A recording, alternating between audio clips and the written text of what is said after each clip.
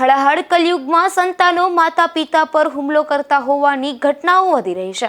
ત્યારે પોરબંદર નજીકના વાસણિયા ગામે રહેતા એક મહિલા ઉપર તેમના જ પુત્રએ હુમલો કર્યો હોવાની ઘટના સામે આવી છે।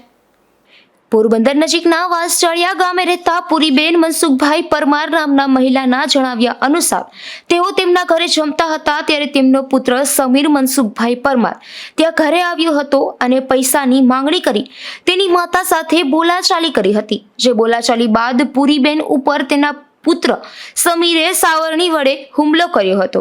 આ હુમલામાં ઇજાગ્રસ્ત બનેલ મહિલાને સારવાર માટે પોરબંદરની ભાવસીજી હોસ્પિટલમાં ખસેડવામાં આવ્યા હતા।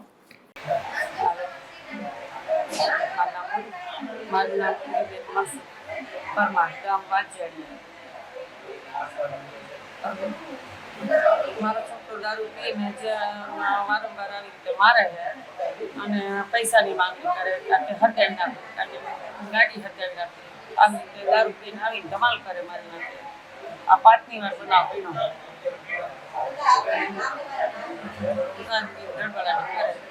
અને આવ્યો મેં કીધું ભાઈ ખાવાનું દેવું છે તો ખાવા દઈ જાય, ખાવા ન બેઠો તમારી હામલી લઈને મારવા શરીર શાકા લઈને મારવા આવે।